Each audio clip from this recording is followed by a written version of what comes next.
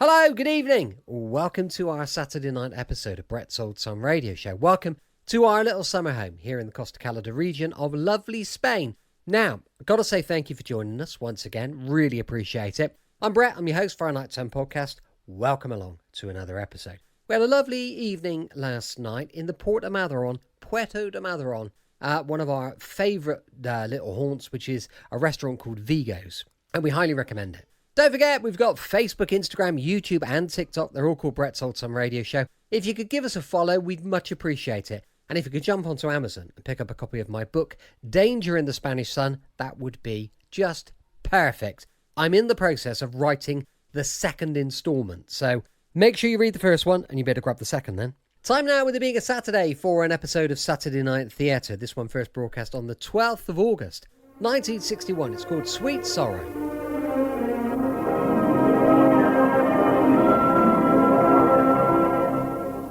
The action of the play takes place in the home of Mr. William Chesney, somewhere in St. John's Wood, in the year 1890.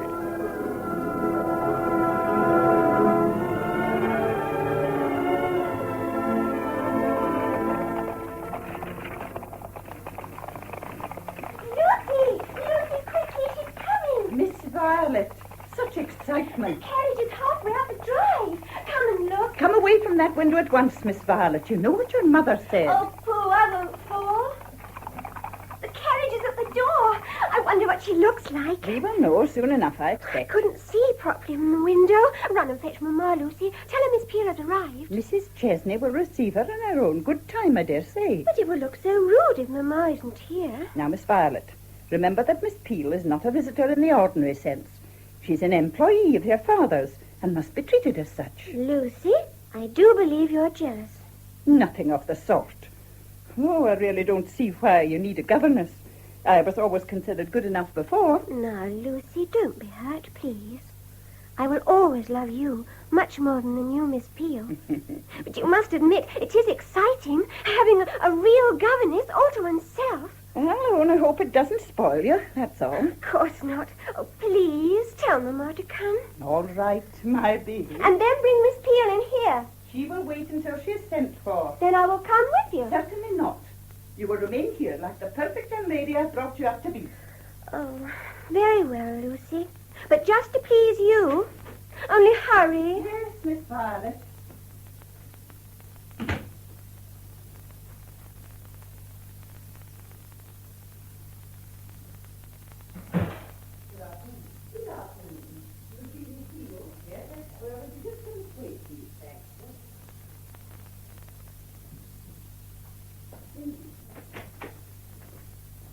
Miss Peel, miss. Oh, good afternoon. Good afternoon. You must be Miss Violet, my child. Yes, I am. You can call me Violet, though. Thank you. I'm sorry Mamma isn't here to receive you, but she had a slight head after lunch and went to lie down. I see. I hope she will feel better soon. Oh, yes, they don't last long. Does Mrs. Chesney have them often? Yes, she does. I'm sorry. Won't you sit down? Thank you. No, not there. That's Father's chair. I see. I'll sit here on the sofa there. No one sits in that chair but Papa. Is he very strict? About some things, yes. What, for instance? Well, punctuality mostly. He hates meals to be late. That surely is understandable. I suppose it is. But I do so love to play in the garden. Will he not let you do that? Yes, but I cannot tell the time without a watch, can I? Oh, I see. And then, one day, he caught me reading in that chair. He was furious. Why? Just doesn't like it, I suppose. You're not afraid of him, are you? I think I am, sometimes. He can be so angry. You're making me quite frightened of him. Oh, he won't bother you. You will hardly see him except at meals. I do hope Mrs. Chesney will like me. Mamma? Of course she will. She likes everyone, and everyone likes her. I think she is the most perfect mother anyone could have. That is how it should be. Only, I do wish she was stronger. A headache is something ladies often have. Oh, it isn't just the headaches. She looks quite ill sometimes. If only Papa would take us abroad, I'm sure it would do her good. Perhaps he will one day. No, I don't think so. He doesn't want to go. How extraordinary. No, it isn't. He just loves his own home, that's all. Besides, Mamma isn't strong enough at the moment. My dear child, I didn't mean to upset you. You haven't in the least. And I am not your child. I'm sorry. Oh, my dear Miss Peel, how dreadful of me not to be here to welcome you. Not at all, Mrs. Chesney. I'm sorry to hear you're not well. Oh, it's nothing, really. Just a slight headache. Won't you sit down? Thank you. I see that you've met my daughter already. Yes, indeed. She's been entertaining me most charmingly. Oh, that's my love. Violet, run and ask Lucy to bring the tea in now. Miss Peel and I have one or two things to discuss. I know. My future. I shall watch out for Papa. Be careful not to overdo your welcome. You know how tired he is at the end of the day. Yes, Mamma. Will you excuse me, Miss Peel? Certainly, my dear. She's a dear child, but quite a handful at times. She will not seem so to me, Mrs. Chesney. I hope not. My references were quite acceptable, I gather. Yes, of course. Did you expect us to require more? I wasn't sure. As you know, I've never done work like this before. That's why we chose you. You're very kind. Not at all. The loss of your father must have been a great blow to you. Oh, here's tea. Put it down here, Lucy. Yes, ma'am. I expect tea will be welcome to you, Miss Peel, after your journey. It is indeed. Thank you, Lucy, that's all. Very good, ma'am. I always feel that tea is a great inducement to friendship. Sugar and milk? No sugar, thank you. It's very odd, Mrs. Chesney. But already I feel at home and happy here, happier than I felt for years. I'm so glad. Your tea. Thanks. As I was saying, you've just suffered a severe loss. Indeed, yes. It is only a month ago that my dear father passed away. Oh. As I explained to you in my letter, he was the vicar only of a very small parish, but greatly beloved by everybody. It came as a great shock to us all. It must have done. My mother had died many years before, and I did my best to take her place. When he was gone, I had nothing. I had to find employment somewhere. When I read your advertisement, it appeared ideal, so I wrote immediately. Lady French, who lives in the parish, was good enough to give me references, and so here I am. I cannot express my gratitude to you strongly enough. There's no need, my dear. You see, we didn't want a professional governess because I, for one, would be intimidated by her. I'm not particularly strong, and I need a companion. I see. You seem distressed. Is anything wrong, Miss Peel? It is nothing. I realize now why you chose me instead of a professional, as you call it. I didn't mean to offend you by saying that. I thought it would make you feel more at home.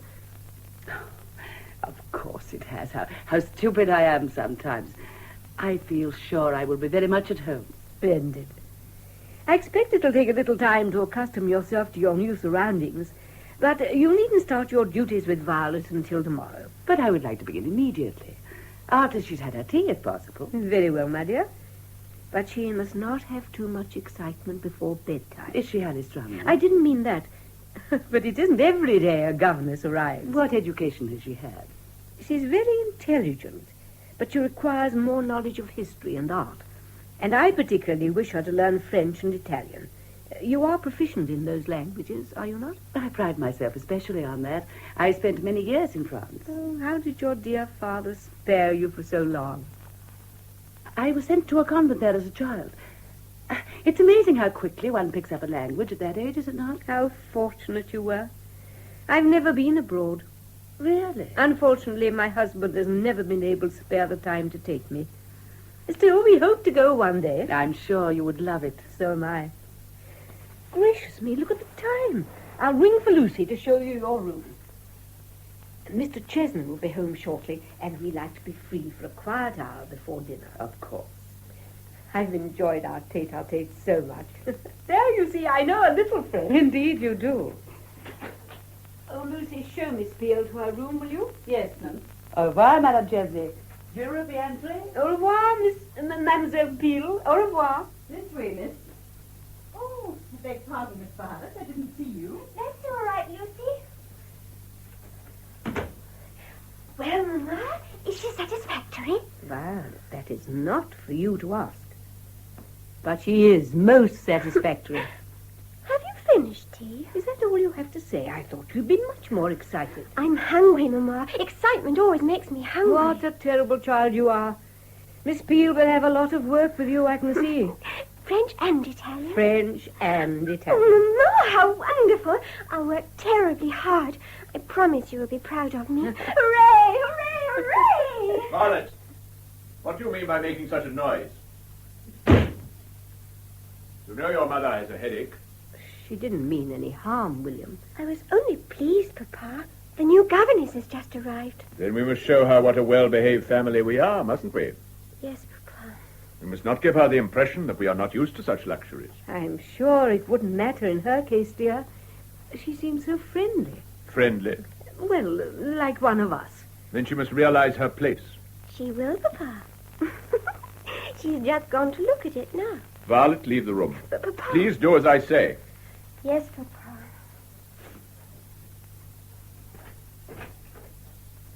William, do you have to be so stern with her? If Violet is to turn into a young lady, she must learn that a child has to keep her place. I will leave it to you to see Miss Peel keeps hers. Yes, William. What is her place exactly? Her place is that of a servant with certain advantages. She is allowed to eat with us and will be treated not with respect, but a certain reserve. Yes, William. Here's your tea. Ah, thank you. This is a great day for me, my dear. For years I have worked assiduously for other people, but this afternoon I was elected chairman of the board. How wonderful, William. Ah, you must see what a tremendous difference that will make to us. Do you mean financially? In several ways, my dear. Of course, it is not certain, but nearly all my predecessors have been granted a knighthood. And this is what we must work for now. A knighthood? Oh, dear. Yes, I hope by the time Violet is of age, we will be able to launch her successfully and give her a London season. We might even have her presented. Presented? At court. Oh. Yes, my dear, we have come a long way since our early days, and I intend to make the most of it. But we must begin as we mean to go on, and Miss Peel is the first of many changes I hope will take place. I know that in the past you have been on familiar, one might even say friendly terms with Lucy and Cook, but you must learn to curb these indiscretions. It makes life so much easier to be on good terms with everyone. Life is not meant to be easy, but a challenge, a battle of the strong and weak. And we will not be the weak, my dear. Now, will you be so good as to ask Miss Peel to come in? I would like to ask her a few questions. But I've just done that. And what did you ask? About the French and Italian, mainly. She seems so nice. I hope she'll be able to teach me in her spare time. Surely she will assume you know those languages. Oh, but I told her I didn't. You told her you didn't? And she quite understood. I shall be able to learn with Violet. What else did you learn today? From her? Oh, she was telling me about her poor father. He's dead, you know. I know. Such a sad tale. She really is most grateful. I think we've picked up a real bargain with her. Nevertheless, I would like to ascertain for myself. You rang, sir? Yes, Lucy. You may take the tray now. Yes, sir. And ask Miss Peel to step in here, will you please? Yes, sir. What sort of questions will you ask her, dear? Leave that to me. You won't tire her, will you? She's had such an exhausting journey. She must surely expect an interview with her employer on her arrival. She's already had one with me. That is hardly the same. By the way, you must not mention my possible knighthood to anyone, or it might jeopardize my chances. Oh, of course not, William. I won't breathe a word. I think we will dress for dinner tonight. Just as you say, William. You sent for me, Mr. Chesney? No, Miss Peel. I sent for you. This is my husband, Miss Peel. How do you do? Please sit down, Miss Peel. Thanks. Is it not time for you to dress for dinner, my dear? Oh, it's a little early, William. Nevertheless, you might arrange with Cook to bring dinner an hour forward. I have to go out again. Very well, dear. Will you excuse me, Miss Peel? Certainly, Mrs. Chesney. My wife was telling me about your late father's sudden death. Yes. It was a great shock to me. It must have been. Tell me, Miss Peel, where were you educated? You never mentioned it in your letter. How very remiss of me. I was brought up very quietly in a convent in France. My father wished me to learn the language. Indeed. For any particular reason? He thought it would stand me in good stead in later life, as indeed it has. If your father was vicar of a small parish, is it not odd that he had you brought up in Catholic surroundings? My father had no particular enmity towards Catholicism. And, of course, the Roman Catholic religion is not compulsory in a convent. Not compulsory, but usual, surely. I suppose it is. Even more so in France, I imagine. Mr. Chesney, do you disbelieve my statement? I always believe the word of a lady. Thank you. Was Italian taught at your school as well? No. As a matter of fact, I learnt that chiefly through textbooks. But my music master in the village was Italian, so naturally I learnt the accent with him. Of course. I presume this was when you returned from abroad. Oh, yes. I came home when I was nearly 15. My father needed me in the parish. What did you do to help him? Helped him to entertain his parishioners and to organize the church bazaars and fetes. At 15. That was a very early age to start. Naturally, I didn't begin at once, but gradually I took on those duties. And you remained there until his death? Yes. I see. Well, Miss Peel, you will find life very different here. Yes, I'm looking forward to it. There will be no organizing for you to do, except, of course, for Violet. You will be spending most of your time with her. Of course. I will endeavor to be satisfactory in my work with her. Good. I think that is all, Miss Peel. You will start your duties in the morning. There's just one thing. Yes? Would you please tell me when I have my leisure hours and if I am needed on Sundays? Your evenings will be your own, Miss Peel, if you wish to spend them in your room. Thank you. And Sunday? We go to church in the morning and in the evening, where I'm sure you will wish to join us. Of course. It will be lovely to go with the family once more. I think that is all for the present. No doubt you will wish to change for dinner. I must ask you to excuse me tonight, Mr. Chesney. My trunk is not yet unpacked. I will have to dine as I am. Oh, I see. Well, then we will all dine as we are. Oh, please do not set your plans on my account. I can have a tray in my room. Yes. Perhaps, that would be best. Oh, Mr. Chesney. Yes, Miss Peel? You have questioned me minutely on matters which are of no great importance. No doubt you have your reasons for this, but if you find me in any way unsuitable, it would be best to say so now. My dear Miss Peel, I have no doubt as to your abilities for your work. And if I was too inquisitive about your past, I apologize. Thank you, Mr. Chesney. You have made me very proud. Proud? In what way? Only a great man can apologize to an employee. And you are such a man. You flatter me, Miss Peel. Nonetheless, it is true.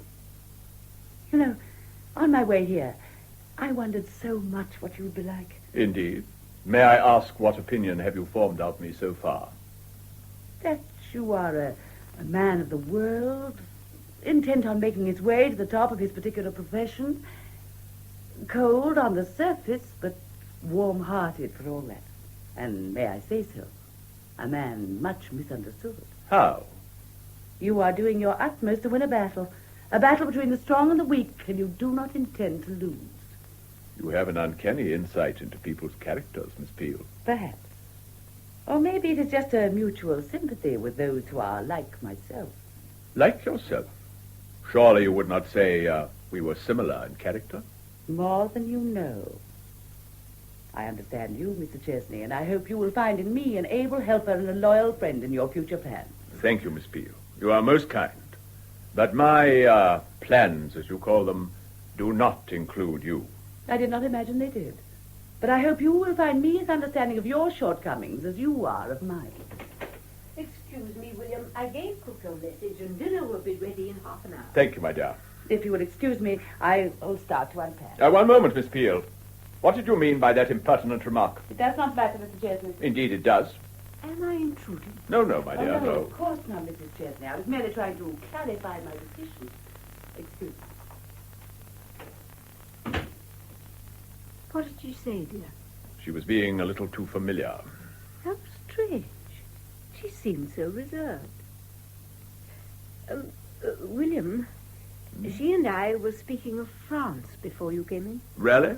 She said I'd love it. Do you think we could take a holiday there soon? I'm afraid not, my dear.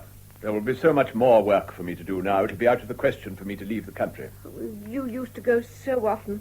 I did envy you your trips there. It was hardly possible for you to accompany me then with our child on the way. But it is possible now. Oh, William, I do so want to travel. I am sorry, my dear, but it cannot be arranged. My new position will benefit all of us considerably. It is only natural that we shall have to give up pleasure trips in order to gain other things of more lasting value. I see. William, are you sure you want all this? All this? This new position and all it means. I like to live simply, you know. And I'm beginning to wonder if I shall be able to keep up with you. Of course you can. You'll have to for my sake as well as Violet's. You want her to do well, don't you? I want her to be happy, William. She will be happier if she marries into money, and if I make enough to raise our standards of living. We were happy without money at one time. Oh, I don't know. It'll all be so strange. I almost wish we were still poor. Now, there is no need to cry, my dear. No need at all. I wish you could understand how I feel, William. I understand very well. Listen, you had better have dinner in your room. You can't appear looking like that. I'll be all right in a minute. Please do as I say, my dear. I will tell everyone your headache has returned. But, William... Please go to your room now. I shall be up almost immediately. Very well, William. I'm sorry, dear. Mama, Cook says we are dressing for dinner. Does that mean I can wear my new party frock? What? Oh, yes, wear what you like. Oh, thank you, Mama. Your mother and Miss Peel will be dining upstairs, so we shall be by ourselves. Is there anything wrong? Of course there is nothing wrong. Your mother's headache is worse, that's all. I call that very wrong. Don't be rude, child. I'm sorry, Papa. Can I go to Mama now, please? No, you may not. Then I'll go and help Miss Peel to unpack. You will do nothing of the sort. Can't you stay still for just one moment and read something? Yes, Papa. What shall I read, Papa? Good heavens, child, have you no initiative? Choose one from your shelf in the bookcase. Yes, Papa. And try to be a little quieter. Yes, Papa.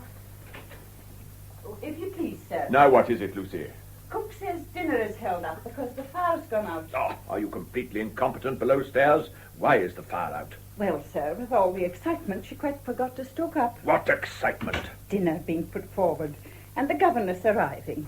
You know, sir. Oh, she's very sorry, sir. Oh, well, if the fire is out, she had better relight it at once. You'd better go down and help her with it. Yes, sir. Oh, but Mrs. Chesney's bell's ringing, sir. Oh, very well. I will go to her. Violet, see that you keep out of mischief. Yes, Papa. Wide world. Fairchild family. Line upon line. I wish I had something new to read. Oh, Miss Peel, have you finished your unpacking? Not yet. I thought I'd bring you these books to show you. They are your French and Italian grammar. Do let me see. I think we'd better start on the French first. Here it is. Goodness, this is quite an old book. Look at all the marks in it. Yes, it was the book I used when I first learned French. Really? I was younger than you, and a very frightened little girl in a strange country. Strange country. Yes. I was sent to a convent in France for my schooling, away from my family. What a shame. Thank goodness you won't know what it is to be lonely, Violet. It's a terrible thing, loneliness. But you have a mother and a father who love you very much. And now I have you as well. Yes, indeed. That is something I've always wanted. A little girl of my own. Well, in a way, my wish has been granted, even if you're not really mine. It will seem so to me. Dear Miss Peel, I will try to be a credit to you. Oh, Papa, how is Mama? A little better, I think. She may come down to dinner after all. Did her headache come back? It did, as a matter of fact. Excitement, I think. I'm so sorry. Violet, if you wish to appear at dinner, it would be advisable if you changed now. Yes, Papa. I'm going to wear my party dress, Miss Peel. Isn't that a special treat? It is indeed, Violet. Excuse me, Papa. See you at dinner, Miss Peel. What a lovely child she is. A trifle impulsive. Miss Peel, I fear I have an unpleasant task before me. Unpleasant. Nothing to do with me, I hope. Indeed, it is to do with you. You have only been in my house for a short time, and yet you have already upset my wife. How? You have been filling her head with ideas of traveling abroad. I merely If you wish to remain here, I would advise you to attend to your own duties and leave me to manage the affairs of the family. How ridiculous. I beg your pardon. I said how ridiculous. Why should the mere mention of France throw you into such a pet? You are impertinent, Miss Peel. I really don't And see- while we are on the subject, what did you mean by your remark before we were interrupted? What remark? I feel sure you know without my reminding you. When we are alone, your whole attitude alters from deference to downright familiarity. Oh, come now, Mr. Chesney. You are imagining things. Familiarity with you would be impossible on a first meeting. I'm sure I'm much obliged to you. But then I have a feeling we've met before. I don't think so. I feel sure I would remember it. Thank you. But one alters a lot with the years, and a child becomes unrecognizable sometimes when she grows into a woman. What do you mean? I mean, Mr. Chesney, we met when I was only a girl of 16 at Deauville. Deauville? 14 years ago, to be precise. Impossible.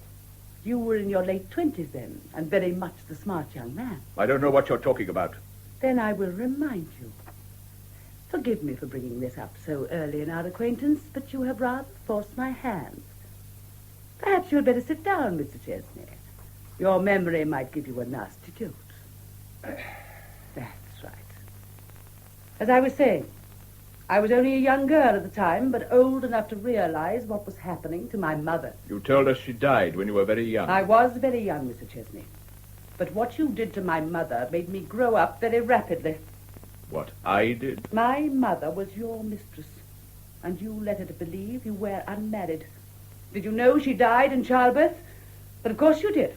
You were the child's father. No. I fear I must disagree. There are, in my possession, several letters showing clearly that you knew what you were about. From your beloved William, I think most of them are signed. Stop this at once, Julia. In my own good time. I realize that you're not entirely to blame. One cannot help falling in love, and my mother had the misfortune to love you. Nonetheless, Mr. Chesney, I think you will agree that you ought to make some sort of reparation to me as your stepdaughter. You? My stepdaughter? Well, I am practically that, am I not? In all but the eyes of the church. And if your son had lived, I would have been his stepsister. I've often wondered how you would have handled that situation. I loved your mother dearly. I'm glad to hear that. All the same, it's strange that your love did not prevent you from deserting her when she needed you most. Well, I had to return to England to my family. How sad. And you gave no thought to me. Oh, you were at school. I did not see you often. You will see me a great deal in the future. Is it money you want? Not so fast, Mr. Chesney. I cannot be bought off as easily as that. What do you want, then? Only one thing. To help you. Help me. Yes. After all, everybody makes mistakes, and I freely forgive you yours. Thank you. But I shall not forget. You may need reminding from time to time. Now, what I need is security. The security of a home life. Such as yours, Mr. Chesney. I cannot allow you to stay here under my roof. I'm afraid you have little choice in the matter. You engaged me and found me satisfactory, so here I stay. Dinner is served, sir. Thank you, Lucy. You may go. Beg pardon, miss. Go along, Lucy. If you say so, sir. As you have left it so late, you had better go straight down without changing. Your family is expecting you.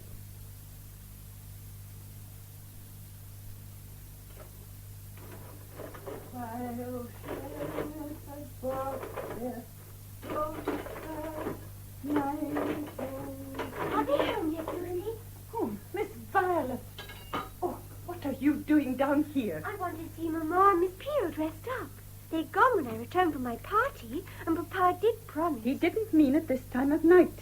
Why, it's nearly 12 o'clock, so straight back to bed you go. I want to see Father Christmas. And you won't see him unless you're in bed.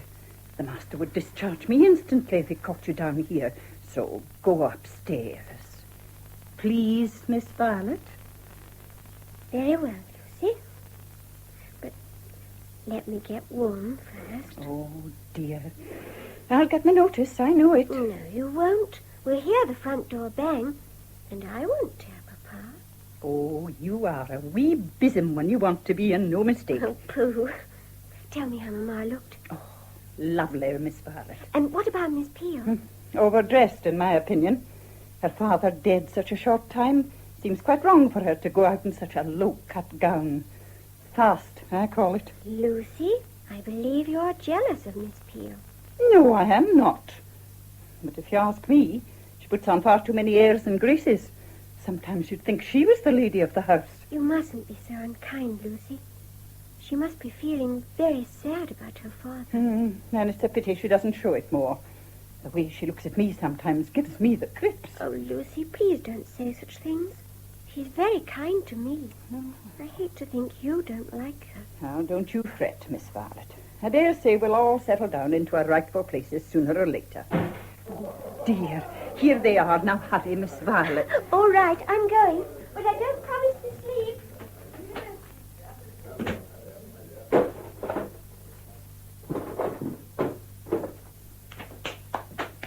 Hello, Lucy. Oh, goodness, what a night.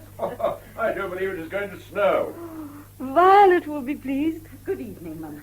And good evening, sir. Ah. Well, did you have a nice time? Yes, thank you, Most Lucy. enjoyable. Such interesting people, but very tiring. Would you like to go straight to bed, Mr. Chesney? I could bring some hot chocolate to your room. It'd be no trouble at all, Mum. Thank you. How kind you all are to me.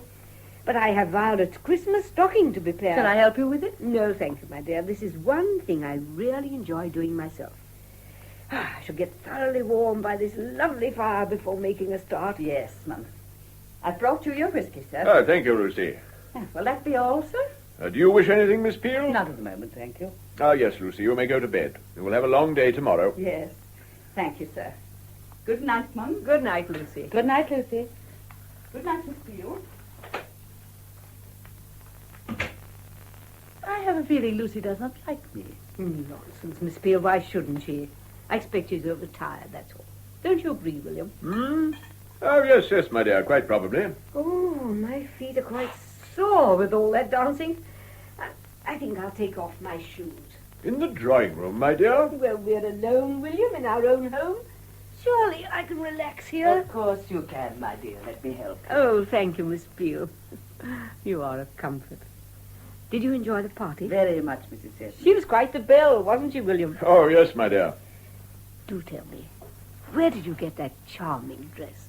It was a present. A present? Yes. From someone very close to me. How exciting. Do tell us, Miss Peel. Have you an admirer? Not exactly an admirer, Mrs. Chesney. Oh, we mustn't be inquisitive, my dear. Oh, I didn't mean to pry. Please don't think that, Miss Peel. But you look so lovely tonight. You were quite a sensation with the gentleman. Oh, really, my It dear. is so invigorating to meet new people, is it not? I'm so grateful to you and Mr. Chesney for including me in your Christmas plans. We couldn't have you spending the festive season alone. It was most thoughtful of you. Christmas is such a family affair, I always think. It must be wonderful to be able to return to one's own fireside and talk of everything one has done during the day. I quite agree. But my husband hardly ever talks to me. Nonsense, my dear. You don't, William. Never about your actual work. I did not think you were particularly interested. Of course I am. But you always seem so secretive, I don't like to ask. Do tell me about it, William. Not now, my dear. Yes, now. It's as good a time as any. Tell us about your wonderful plans for the future. Oh, my dear, I'm sure Miss Peel would be bored with such things. On the contrary, I would be most interested. Well, there's very little to tell. And certainly nothing to be secretive about. I work in an office 6 days a week. And as our company invests on the market, I manage to pick up a few tips now and then and gamble on the exchange myself.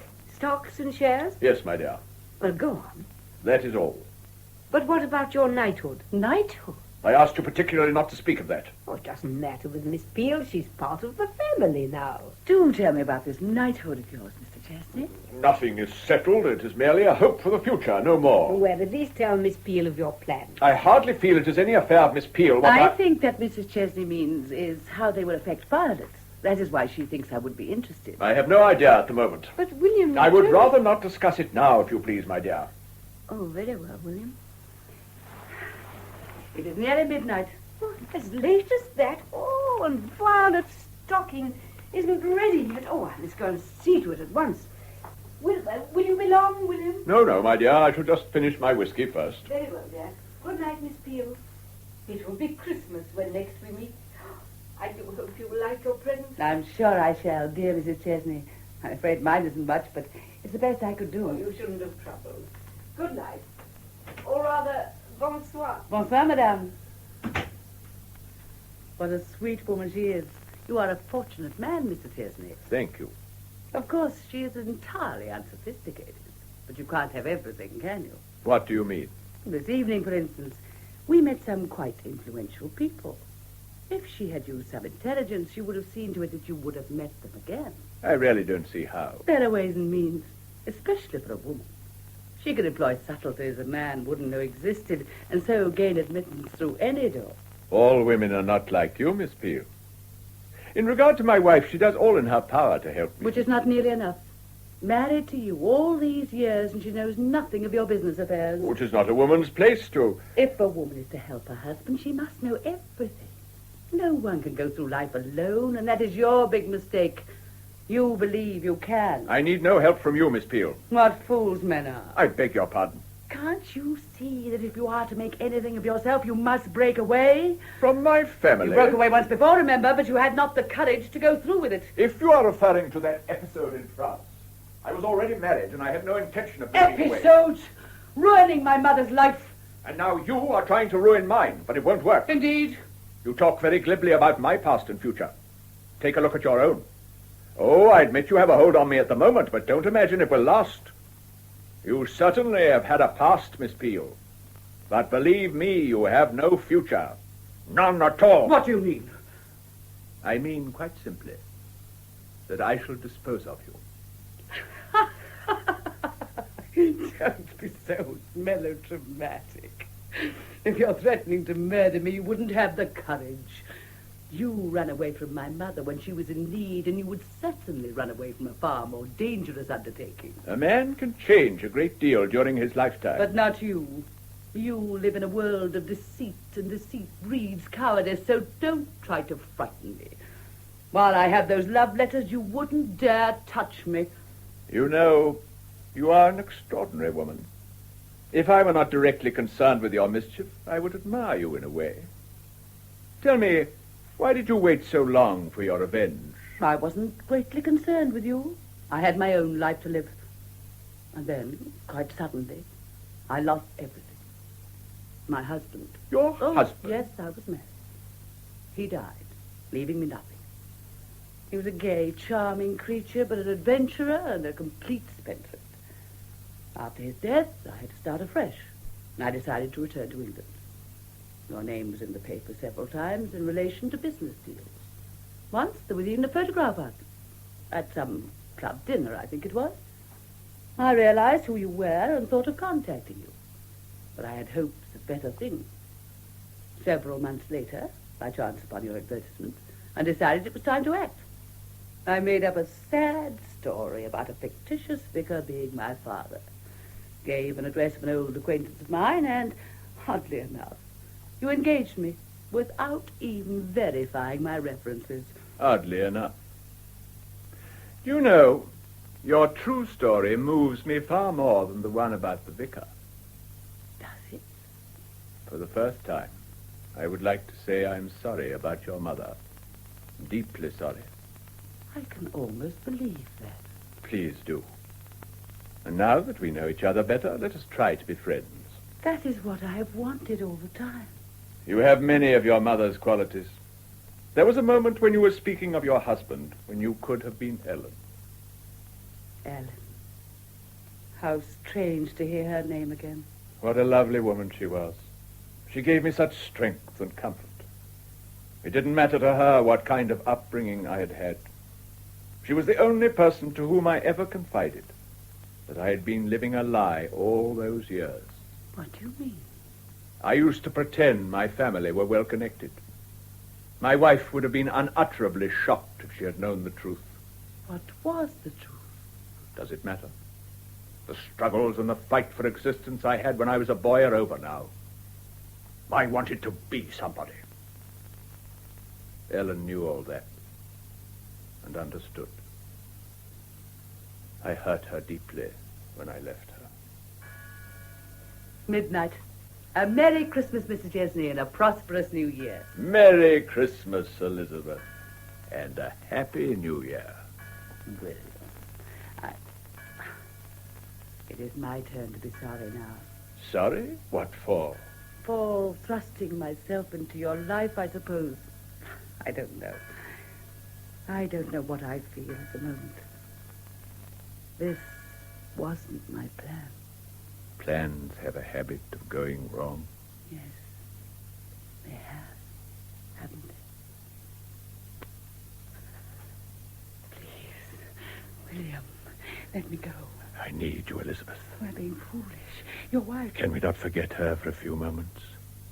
All these years I've brought in Christmas with a wife I do not care about. Please, Elizabeth, let this Christmas be a little different. William, Merry Christmas. I thought I'd bring you your present. William, Miss Peel, what's happening? Oh, now, my dear, there's nothing to get excited about. You were kissing. We were wishing each other a Merry Christmas, that's all. I don't believe it. William, you wouldn't have... William. Don't, my dear. You mustn't work yourself up. I'm not, William. Really, I'm not working myself up. Violet is asleep, William. Will you take her presents? Yes, my dear, certainly. Oh, and these are for you, Miss Peel. William, yours. I saw you. Oh, I saw you. I saw you.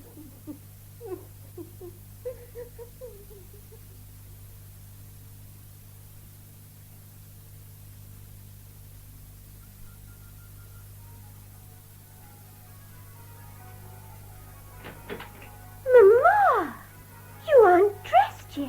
No, dear, no. I'm not feeling too well.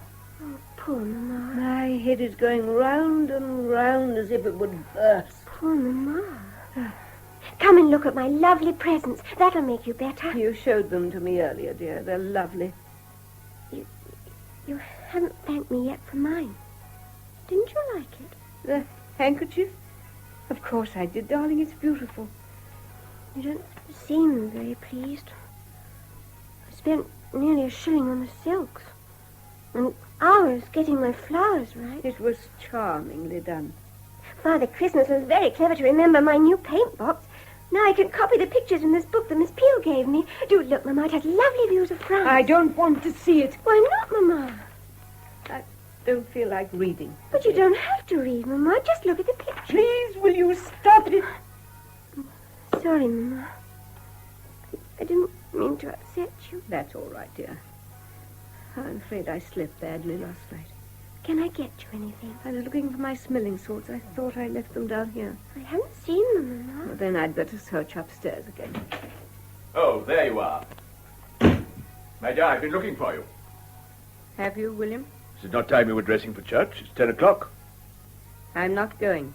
Not going? But, Mamma, it's Christmas Day. I'm sorry, but I don't feel up to it.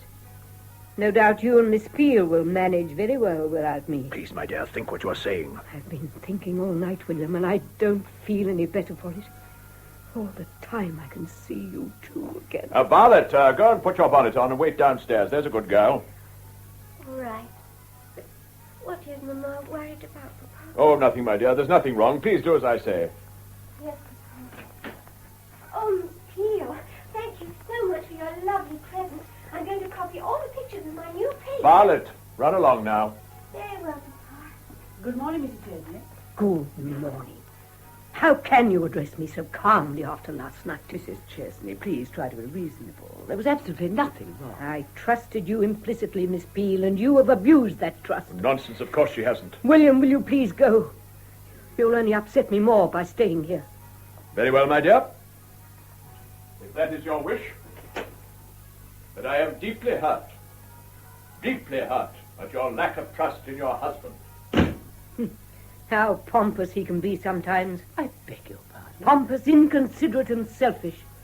I've tried to bear with his faults, but there are moments when I lose all patience. I had no idea you felt like this. I had no idea you were in love with my husband. I'm not in love. Nonsense. It's written all over your face. I'm sorry that our friendship has to end so soon.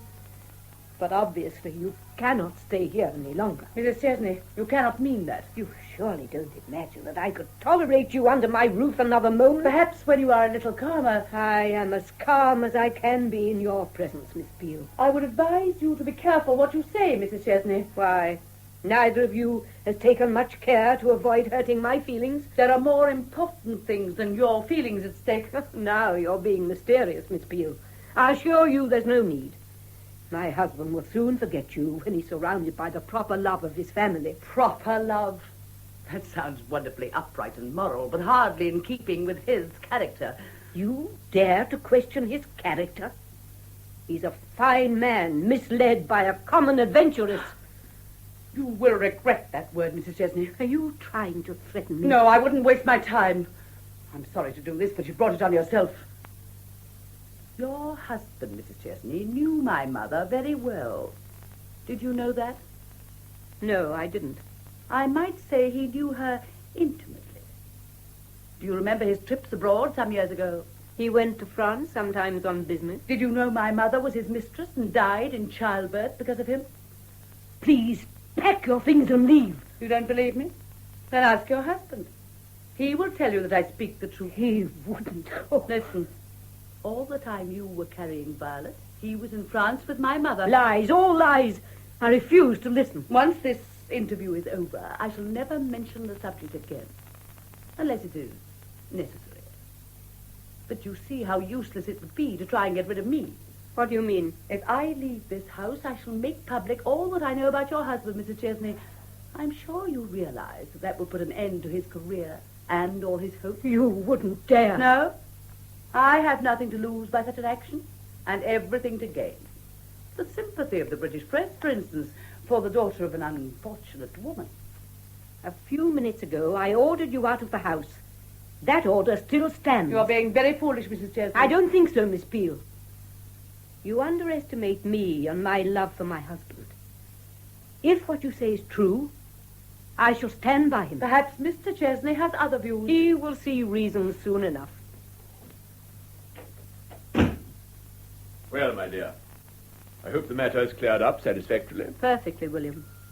Miss Peel has been good enough to tell me of your sordid intrigue in France. She told you? So it is true.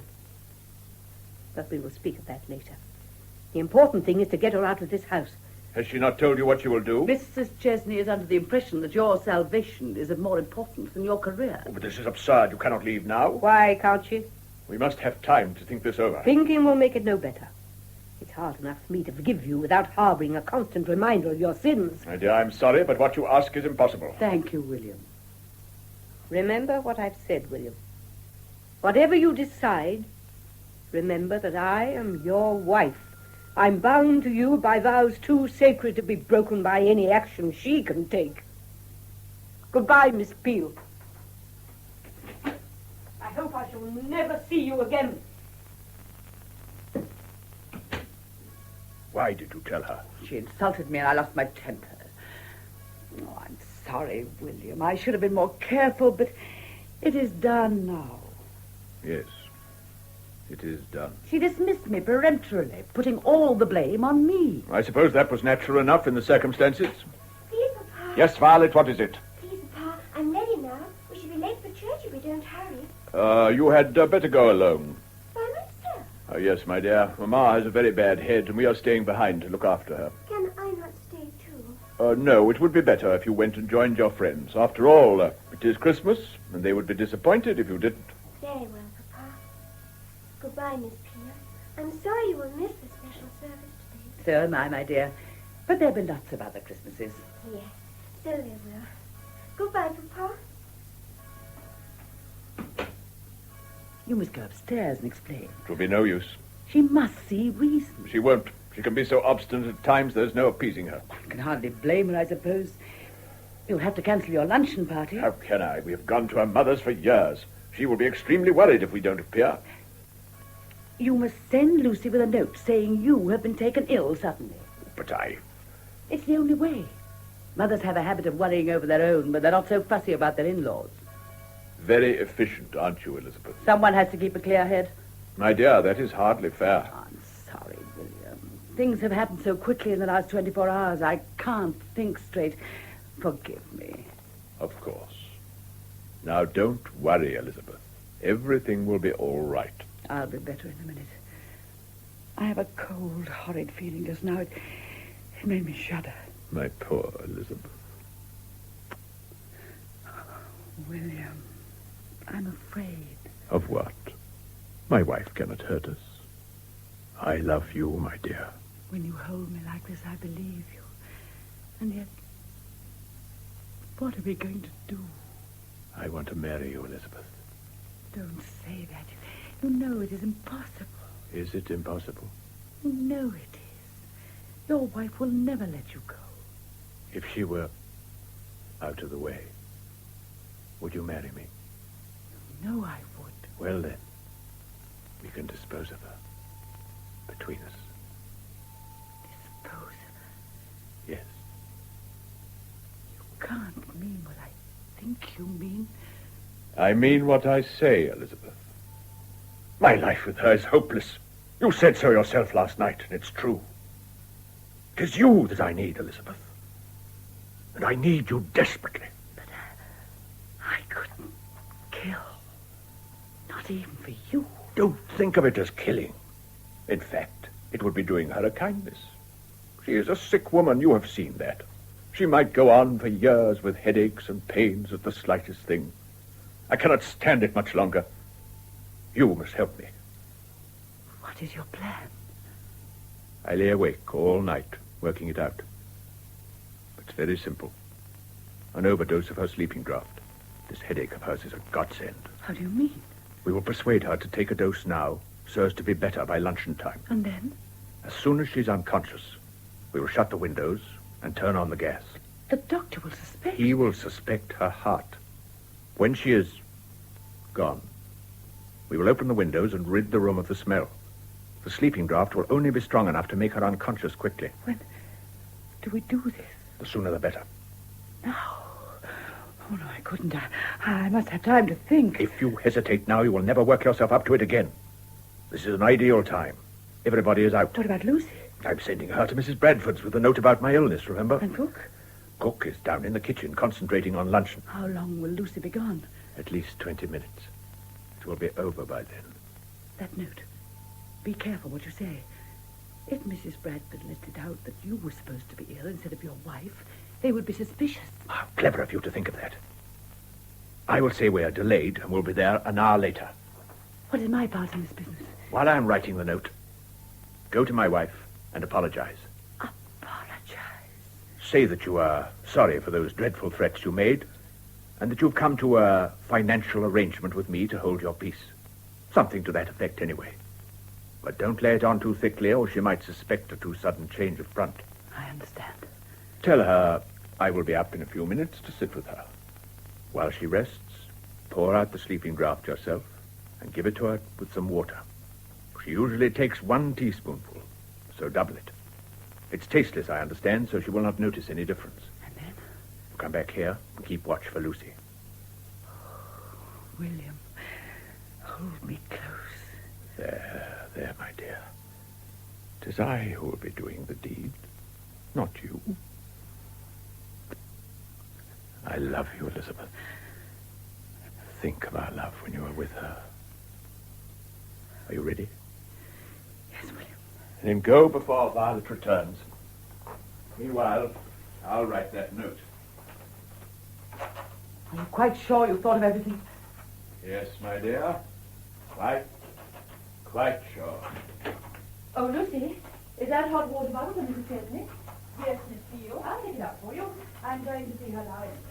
Very well, Miss Steele. If you insist. Thanks. Don't go, Lucy. I want you to run an errand for me. Yes, sir. Close the door, will you? I want you to, take this note over to Mrs. Bradford. Yes, sir. Or is there anything wrong, sir? No? Why? I beg pardon, sir, but I thought as you were going there for Christmas dinner, you must be putting it off. Mrs. Chesney is feeling much brighter. I'm merely delaying luncheon so that she can get up at her leisure. I see, sir. Then I'd better see if she wants a hand with her hair. Well, I'm sure Mrs. Chesney can manage her coiffure without your assistance this morning.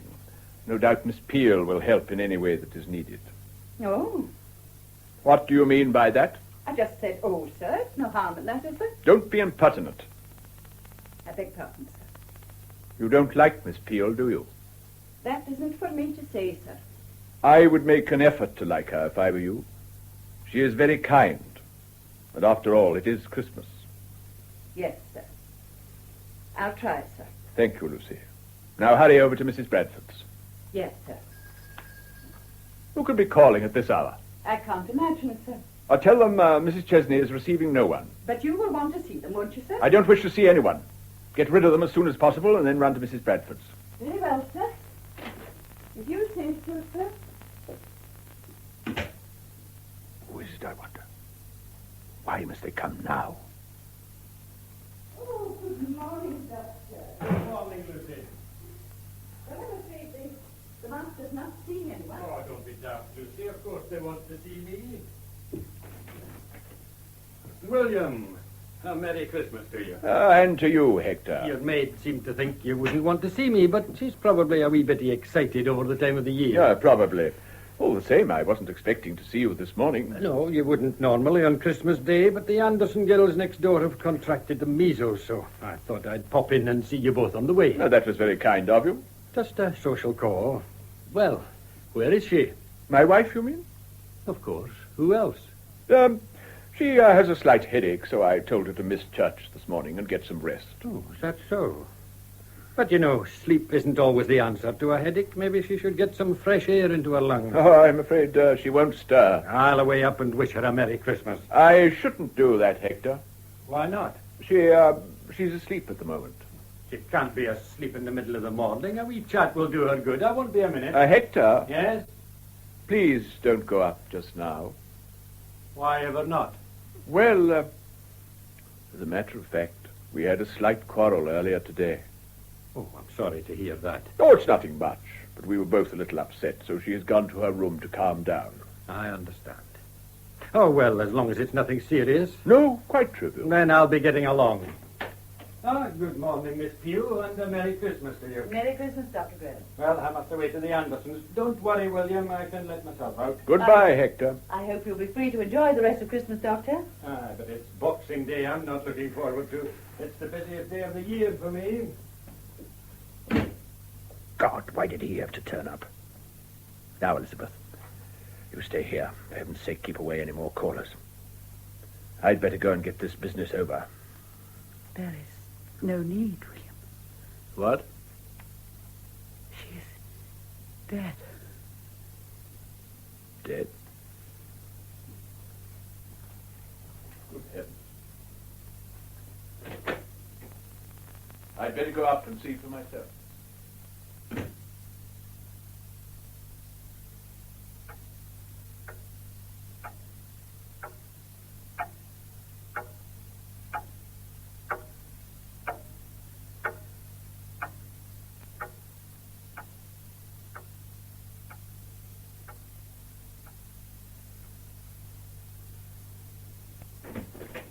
William, what a time you've been.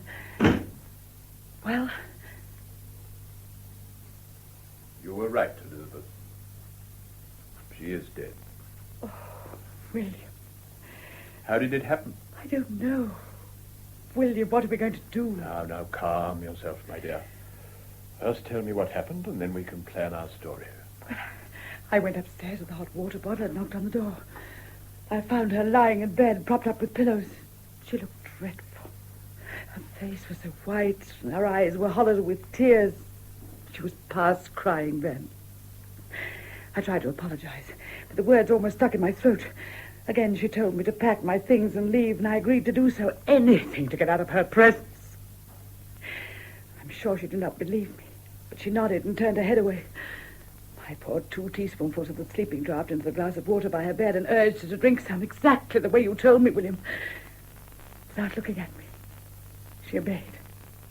And then An odd expression came into her eyes. "I wonder if I shall ever wake again, Miss Peel," she said. I asked her what she meant, but she did not reply. It was then I realized why she looked so strange when I went in. She must have taken some of the medicine herself, because by the time she had drunk the mixture I had given her, she was nearly asleep. I became frightened of what I'd done and tried to waken her. I slapped her hard, but she'd gone. I feel so cold down here. What are we going to do, William? We must send for the doctor, my dear, at once. It is no use. She is dead. But he must certify her death. Why didn't you tell him when he was here? I was afraid. Afraid? I had to see you alone first. I was frightened of what to say. That was a bad mistake, Elizabeth. We must see that everything looks as natural as possible. What do you mean? He will think it is either heart failure or suicide. But one thing he won't suspect is murder. He's only gone next door. Go and fetch him. I can't do that. It will look better if you do. Tell him you took the hot water bottle to Mrs. Chesney and found her there dead. He will never suspect you of any ulterior motive. You say so, William. I will get you through this business, never fear. Just trust in me. I do, William. When you're close to me, I feel safe. As I do too, my dear. When you have told the doctor, meet Violet at church and break the sad news. It'll give you a little more time to collect your wits. Hurry, my dear, fetch Dr. Graham. Oh, excuse me, sir. Go at once, Miss Peel. Yes, Mrs. Chesney. Oh, I beg your pardon, Miss Peel. I forgot to wish you a Merry Christmas at breakfast. I do hope... I shan't be long, Mrs. Chesney. Well, I did try, sir. But you see how she treats me. Never mind that for the moment, Lucy. You must prepare yourself for a shock. A shock, sir? Yes. While you were delivering that note, Mrs. Chesney... Mm-hmm. This is terrible. Mrs. Chesney passed away suddenly. Passed? Oh, she couldn't have, sir. I saw her at breakfast only a few minutes before I went out. Nevertheless, it is true. Her heart, I imagine. Oh, can't believe it, sir. Mrs. Chesney dead. Oh, no, sir. It isn't possible. Miss Peel has gone for Dr. Graham. Oh, dear. Try to pull yourself together, Lucy.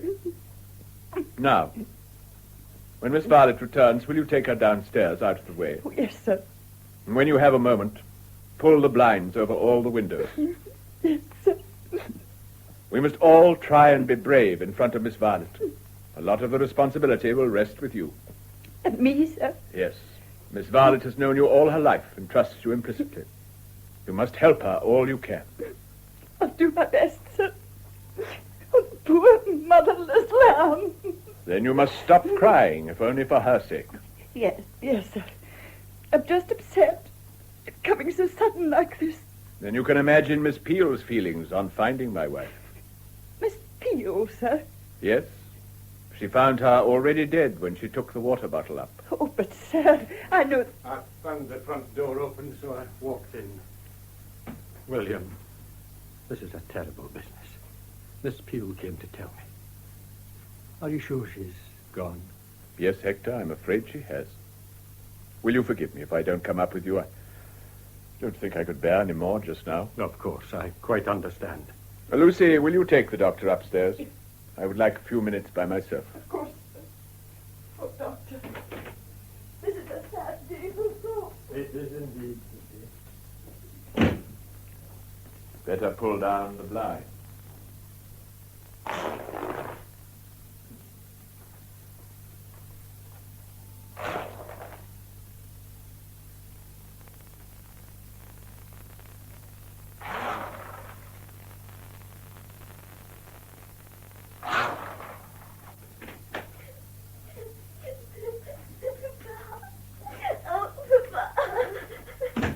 I met her on the corner.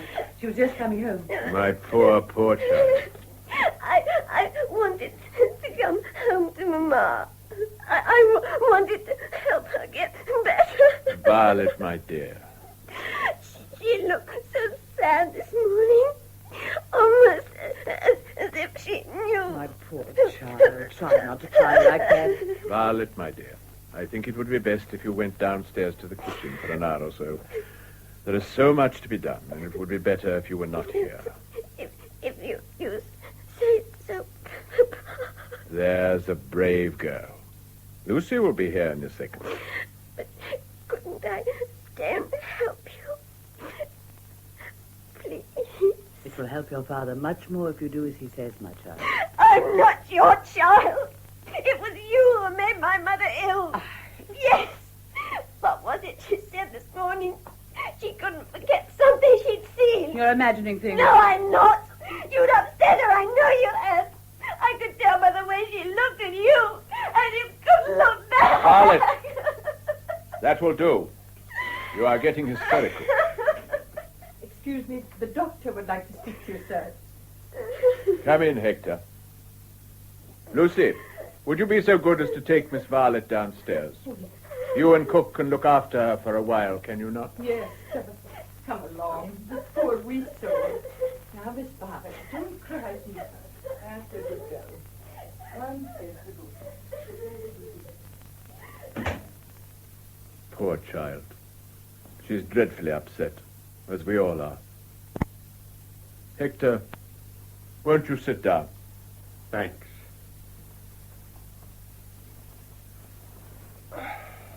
I'm deeply sorry about all this, William. It is a terrible shock. But we must be practical, I suppose. I imagine the next step is to send for the undertaker. I'm afraid it's not as simple as that. You see, it wasn't her heart. At least, not directly. Not her heart? What was it, then? I can't commit myself so early, but it looks to me as if she had had an overdose of her medicine. But that is impossible. She was so cautious about the dosage. Oh, I know she could be careless in many ways, but she always carried out your instructions to the letter. Aye. Well, you see, I wonder if I could speak to you alone a minute. Why, yes, certainly, if you think it necessary. Miss Peel in these last few months has become a close friend of the family, you know. Just the same, I would rather see you alone. As you wish. Miss Peel, would you be so good as to withdraw for a few minutes? Mr. Chesney. The doctor wishes a private word with me. No doubt it will all be cleared up shortly. Very well, Mr. Chesney. Well, Hector? What I'm about to say is quite in confidence, you understand? Naturally. The fact is, I'm profoundly uneasy over the whole business. You see, the glass of water beside her bed had the remains of a large proportion of sleeping draught in it. I expect she took some to make her sleep. Aye, but there was more than a single dose there. Are you certain? Not of the exact amount without analyzing it, of course, but there must be enough there to have killed her. Hector, that is a terrible thing to say. I'm sorry to have to say it. I was fond of you both. Mrs. Chesney was a kind, sweet woman. She was, indeed. The point is, I had given her a new bottle only 2 days ago, and now it's empty. It was very strong stuff. I remember her telling me how careful she had to be with it. That's what I can't understand. She didn't seem to be the sort who would take her own life. I should not have thought so. Do you know any reason why she should have done this? I don't, Hector. It is a terrible blow to me. I can only suppose I must have failed her in some way as a husband. You told me you had had a quarrel with your wife just before she went upstairs. Yes, but it was a trivial affair. Nothing that could possibly make her do this dreadful thing. No. Well, women are strange creatures. Perhaps the police will be able to throw some light on the subject. The police? Why, yes, I'm afraid they'll have to be called in now. Is that strictly necessary? Aye, it is, William. Absolutely necessary in the circumstances. This is a terrible business for you. I wish I could do something to help. Oh, you must do your duty, Hector, in the same way that I'm sure the police will. Shall I ring for Lucy to go and fetch them? Aye, that would be best. This is a bad thing for Violet, poor wee soul. Her mother dead is bad enough without the police trampling all over the place. Will they, be here for long? It all depends. They will be as unobtrusive as possible. Perhaps it would be better if I sent her away for a while. Oh, I shouldn't do that. She will need your love and affection more than ever now. I suppose so, yes. You rang, sir. Oh, yes, Lucy. How is Miss Violet now? Oh, a little restless, sir. But cook's making her some fudge to try and take her mind off things. Thank you. Lucy, I'm afraid there is some doubt as to how Mrs. Chesney died. The doctor thinks we should send for the police. Oh, mercy me. No, Lucy, there's nothing for you to be afraid of. If they ask you any questions, just answer them truthfully. Yes, sir, I'll try. Then will you go and fetch them, please? What? Me, sir? Yes, Lucy. The police station is only around the corner. Ask the sergeant on duty if he could send a man along. Very well, sir. And Lucy, don't stay to gossip with anyone. As if I would, sir. This must be kept as private as possible, do you understand? We don't want the entire street to know what has happened. Oh, no. It's odd, isn't it, that Miss Peel didn't say anything to me when I was here before. Yes, but she explained that to me. It seems she feared that suspicion would be thrown on her. Why should she imagine that? Probably because it was she who first discovered that my wife was dead. Is that a fact? Well, she mustn't harbour such foolish thoughts. William, you're having a bad time of it. I think I'll wait downstairs for the police to come and then we can go up without disturbing you. Will they not want to see me? Aye, they'll want a word afterwards, but try to have a rest before they arrive. Oh, I'm all right. You haven't had time to take all this in yet. The strain will come later. You still have a lot to face. I realize that. So prepare yourself while you can. I am your doctor, you know. Very well, Hector. I will sit here for a few moments, if you insist. Good. I'll away downstairs and wait for them.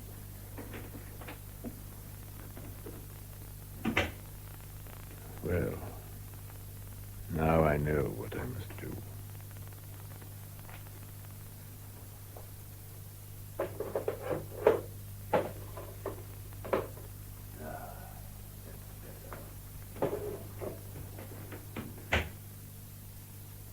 William. Oh, it's you, Elizabeth. I didn't hear you come in. I was waiting at the end of the landing for him to leave. I see. And what did he say that was so important? Why did I have to leave the room? I saw Lucy come and go in great agitation. What is it? William, for God's sake, tell me. Quiet, Elizabeth. You want everyone to hear you? It was nothing. Nothing at all. He thinks it was suicide. Oh, thank God. So you have nothing to fear. Oh, William, hold me close.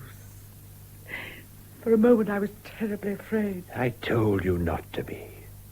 If you trust in me, there is nothing to worry about. But you must keep calm. I'll try, William. You have only to trust in each other, then all will be well. What's that? I expect it is the police. The police? You never told me you'd send for them. Dr. Graham said it was necessary, my dear. Now, Elizabeth, there's no time to be lost. Where are those letters? Letters? What letters? The letters I wrote to your mother. They're upstairs in my trunk. Fetch them. Why, William? I don't understand. You must bring them to me immediately. Don't you see, if the police suspect you by the remotest chance, they will search your belongings for a motive. They might even do so in any case, to find a reason for her suicide. They wouldn't do that. Indeed, they would. They are far more interested in closing a case as quickly as possible than in considering our feelings. If you're sure. I'm positive. Hurry, my dear, we haven't a moment to lose. Bring them to me before they come in here. But... You trust me, don't you? Yes, of course.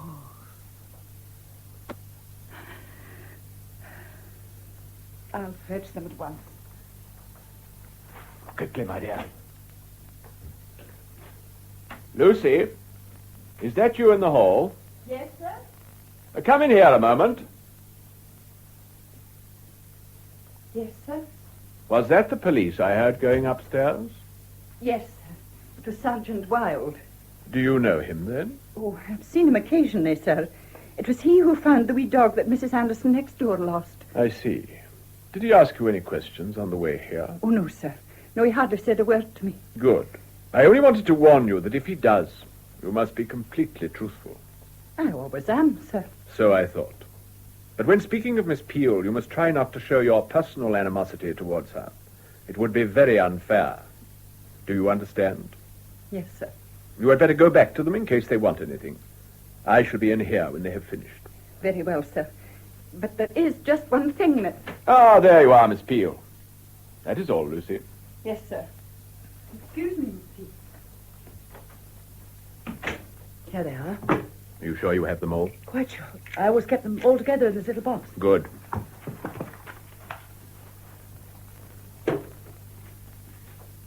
Why are you burning them? You don't need them any longer.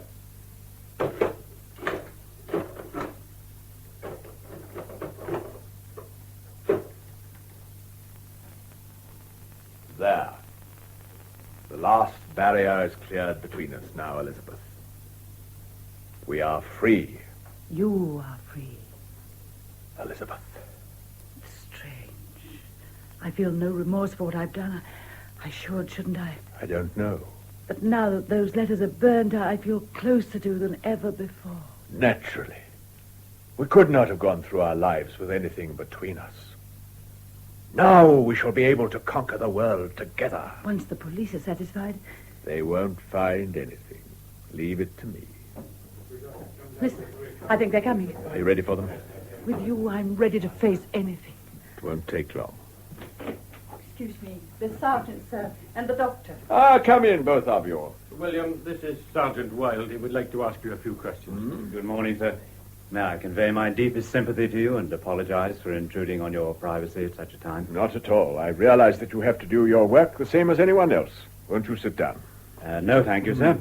I would rather stand. Just as you wish. Oh, this is Miss Peel, our governess. How do you do? How do you do, Sergeant? Do you wish Lucy to be present? If you don't mind, sir, there are one or two points I would like to clear up. Of course. Shut the door, will you, Lucy? Yes, sir. And now, Miss Peel, I understand you discovered that Mrs. Chesney. Yes, I did. Could you tell us exactly what happened? There is very little to tell. I took a hot water bottle up to her room. She had a slight headache and was staying in bed for the morning. Had you seen her earlier? Oh, yes. Not at breakfast, though. She had hers upstairs. Was not that unusual, being Christmas Day? I suppose it was, but Mrs. Chesney suffered often from her headaches, as Dr. Graham will tell you. So that although it was disappointing for our little girl, my wife remained in her room. I see, sir. Go on, Miss Peel. Well, I knocked at her door, but there was no answer, so I went in and found her dead. It was horrible. Surely you would have thought she was simply asleep. Didn't you try to wake her? Of course, how silly of me. Recollecting the scene has made me feel so upset again. There is no need to be nervous if you have nothing to hide. I am hiding nothing, Sergeant. Good. Well, Miss Peel? Well, I shook her, but she didn't open her eyes. She just lay there. I realized she was very cold. Unnaturally cold. And suddenly I knew.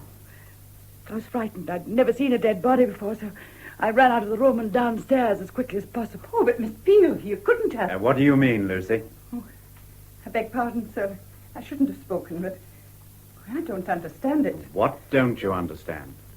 Well, sir, when the doctor came to see Mr. Chesney, I went upstairs. Lucy, I gave you strict orders to leave straight away with that note to Mrs. Bradford. I know, sir. But I was worried about my mistress, so I went up to have a peep at her. Did you suspect there was anything wrong? Oh, no, sir. I thought she might need me, that's all. Did you think that Miss Peel wouldn't be capable of looking after her? No, sir. Miss Peel has always done her duty as a governess very well. No, it wasn't that. I suppose I just wanted to help, sir. I see. So you went upstairs? Yes, sir. And went in? No, sir, not exactly. I got as far as the door, then I heard voices, so I went away again. You heard voices? Yes, sir. You couldn't have. Could you identify those voices? Yes, sir. Well, It was Miss Peel and Mrs. Chesney. you are quite sure? Oh, yes, sir. This is ridiculous. You surely would not believe her word against mine. The woman has disliked me ever since I came here. She's jealous of me. That isn't true, Now, sir. one moment, Miss Peel. I would like to hear all of Lucy's statement first. Well, sir, I only stayed a moment. I didn't hear much, that's true. What did you hear? Something about Mrs. Chesney telling Miss Peel to leave at once. She tried to calm her down, but, well, I didn't wait for any more. Frightened of being discovered, eh, Lucy? That's right, sir. Besides, I had to leave for Mrs. Bradford. Mrs. Bradford? That's Mrs. Chesney's mother. I see. Miss Peel, Yes, Sergeant? were you aware that Mrs. Chesney took a sleeping draught occasionally? Yes, Did you notice the medicine bottle beside her bed? I think so. Think? You either did or you didn't, Miss Peel. I noticed it, yes. And the glass of water also beside her bed? Yes, of course, but what has... Did you know that it contained approximately half a bottle of sleeping draught? That is impossible. I didn't... Well, Mr. Chesney, how could that be? I don't know, Miss Peel. I don't understand. How could it have got in there? Obviously, somebody poured it in, Miss Peel. I'm sure it wasn't. Yes? Of course, I didn't really notice the water glass particularly. Nor the empty medicine bottle beside it? Empty. Empty. Dr. Graham. Yes, Sergeant. It was Miss Peel who called you in, I gather? That is correct. And yet you told me you had visited Mr. Chesney earlier. That is also correct. Did you see Miss Peel then? Only for a few seconds. She had just come downstairs from Mrs. Chesney's room. I presume so. Odd, was it not, that she didn't tell you at once what had happened? Aye, I remarked on it to Mr. Chesney here, but he seemed to think she was afraid of something. Afraid? That was what you said, William, wasn't it? Yes, it was. Perhaps you could elucidate this further for us, sir. It is rather difficult, Sergeant. Miss Peel was naturally overwrought and hysterical. She seemed to think that because she had a scene with Mrs. Chesney... Then she had had an argument. I am afraid so, yes. Even Violet remarked on it. William! She was afraid that as it was she who found Mrs. Chesney dead, she would be suspected of murder. William, how can you say that? It isn't true. William, what are you talking about? I am sorry, Miss Peel, but one has to tell the truth, hasn't William. one? Sergeant... Yes, Miss Peel. William, you must help me. My dear Miss Peel, we, that is my wife and I, both tried to help you. But you cannot expect me to shield you now. What? If you have killed my dear wife, I shall do everything in my power to see that you pay for it. William, don't speak like that. Are you not going to help me? Sergeant, I am afraid there are some things that must be told now. My wife and I tried to gloss them over, but that is no longer possible. Go on, sir. This woman insinuated herself into our home, and we did our utmost to make her welcome. Lucy here will testify to that. Yes, indeed, sir. But unfortunately, she is the type to take advantage. At first, she proclaimed herself in love with me, but found there was little to be gained by that. William! So she deliberately set out to estrange me from my wife.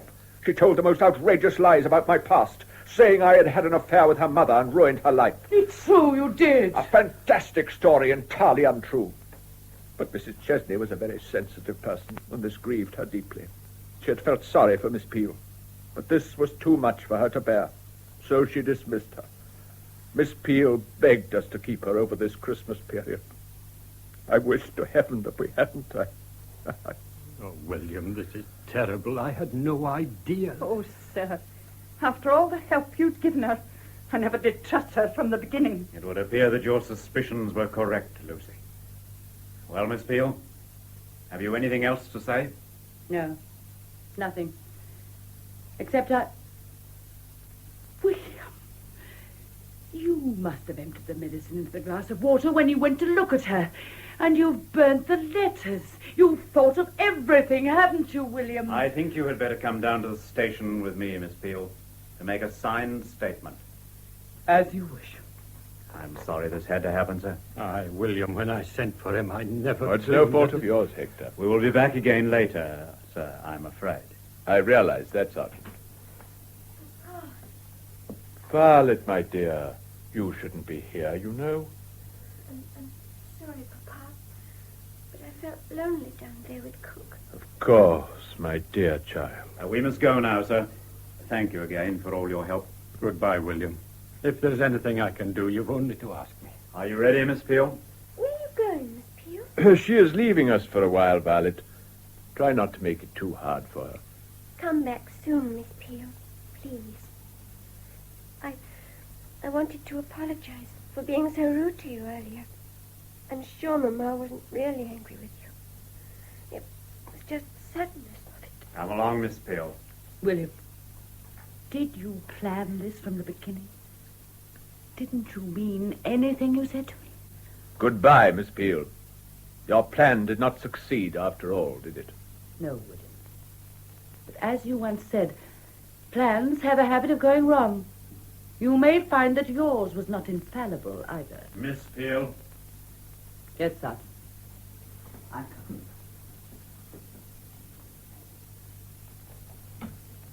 What did she mean, Papa?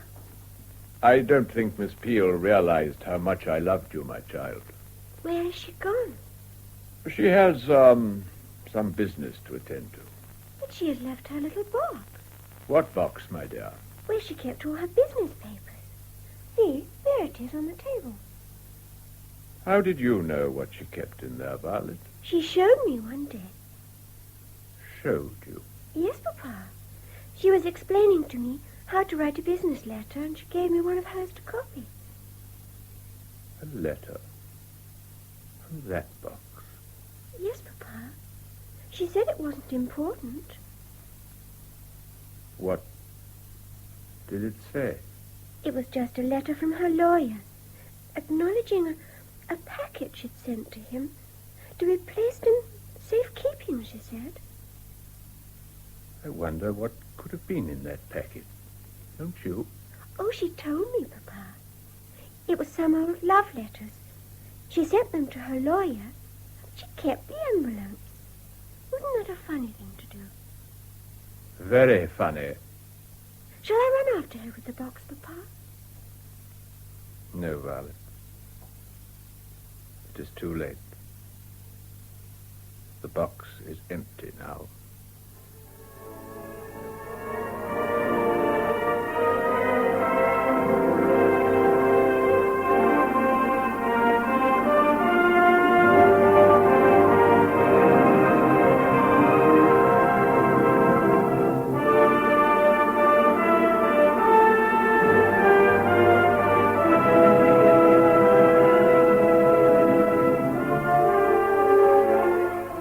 That was Ruth Dunning as Elizabeth Peel, Hamilton Dice as William Chesney, and Mary O'Farrell as Mrs. Chesney in Sweet Sorrow by Ronald Barnes, with Beryl Calder as Violet Chesney, Duncan McIntyre as Dr. Graham, Molly Rankin as Lucy, and George Hagan as Sergeant Wilde. The production, which was recorded, was by Audrey Cameron.